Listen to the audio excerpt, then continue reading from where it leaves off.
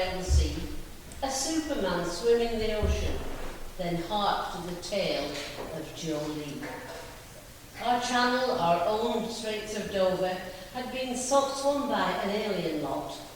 Our British-born swimmers had tried it, but that was as far as they got. So great was the outcry in England, darts players neglected their beer, and Chancellor Cochrane from the Woolsack as Jolie were the chap for this evening. For in the swimming baths all round the country, Joe was noted for daring and strength. Quite often he dived in the deep end and thought nothing of swimming a length. So they wrote him, care of workhouse masters. Joe was spending the summer with him, and promised him 2 Christmas puddings if ever the channel he'd swim.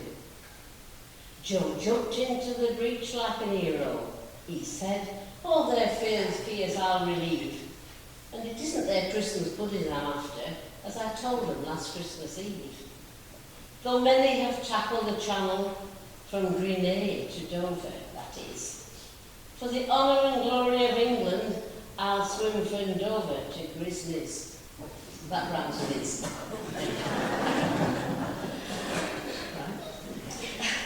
As soon as his words were made public, the newspapers gathered around and offered to give him a pension if he lost both legs or got drowned.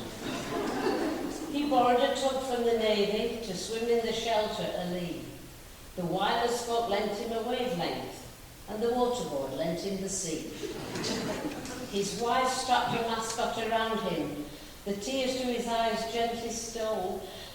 There were some gilly sports she had collected and stitched to an old camisole. He entered the water at daybreak. A man with a camera stood near. He said, hurry up and get in, lad. You're spoiling my view of the pier. At last he was in and he was swimming with a beautiful overarm stroke, when the men on the tub saw with horror that the rope he was tied to had broke. Then down came the fog, thick treacle. The tub looked as distant and dim, and a voice shouted, help, I am drowning. Joe listened and found it were in. The tug circled round till they found him.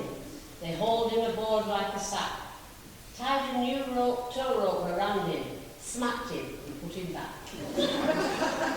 'Twere at sunset or just a bit later that he realised all wasn't right, for the tow rope were trailing behind him and the noose round his waist getting tight.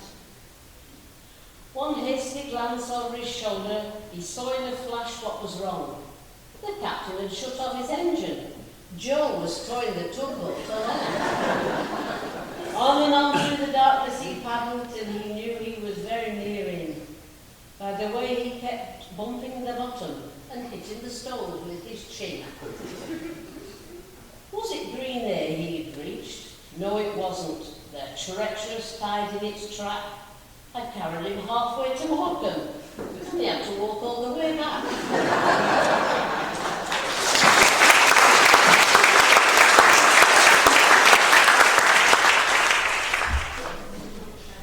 Well, most of you will have heard all the stories about Albert and the lion, but this is a slightly different one. Still the same characters, but one that perhaps isn't as well known, and it's called the Runcorn Ferry. On the banks of the Mersey, or on Cheshire side, lies Runcorn, that's best known to fame by transporter bridge as takes folks over stream, or else brings them back across Seine. In days afore transporter bridge were put up, a ferry boat lay in the slim, and old Ted the boatman would row folks across at per twopence per person per trip. Now Runcorn lay over on one side of the stream, and Widnes on t'other side stood, and as nobody wanted to go either place, well, trade wasn't any too good. One evening, to Ted's superlative surprise, 3 customers came into view. A Mr. and Mrs. Ramsbottom it were, and Albert, their little son, too. How much for 3, Mr. Ramsbottom asked, as his hand to his pocket did dip. Ted said, same for 3 as it would be for 1, per 2pence, per person, per trip. You're not charging 2pence for that, little lad, said Mother, her eyes flashing wild. Ted said, said Mother, her eyes flashing wild, per 2pence, per person, per trip, answered Ted, per woman, per man, or per child. 5pence for 3, that's the most that I'll pay, said Father. Don't waste time in talk. Per 2pence, per person, per trip, answered Ted. And them as can't pay has to walk. We can walk and all, said Father. Come, Mother, it's non-city, weather's been quite mild. So into the water the 3 of them stepped, the father, the mother, the child. The further they paddled, the deeper it got. But they wouldn't give in once begun. In the spirit that's made Lancashire what she is, they'd sooner be drowned than done. Very soon the old people were up to their necks, and little lad clean out of sight. Said Father, where's Albert? Mother replied, I've got hold of his hand, he's all. Well, just at that moment, Pa got an idea, and floundering back to old Ted, he said, we've walked halfway, come on, take us rest for half price. That's a penny a head.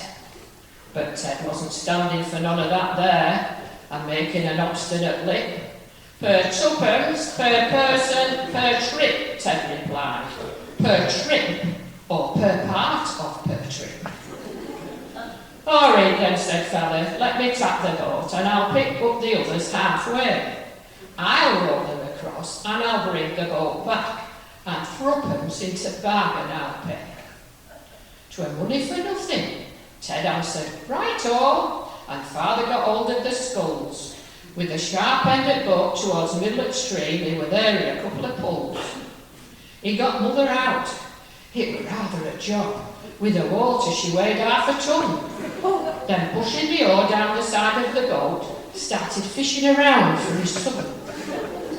When poor little Albert came to the top, his collars were soggy and limp, and with holding his breath at the bottom so long, well, his face were as red as a shrimp. Pa took him across, and he brought the boat back, and he said to old Ted on the slip, wilt thee row me across by myself? Ted said. Aye, per 2pence, per person, per trip. When they got to the side, Father laughed fit to bust. He'd got best at bargain, you see. He'd worked it all out, and he'd got his own way, and he'd bed Nobbert 5pence for 3.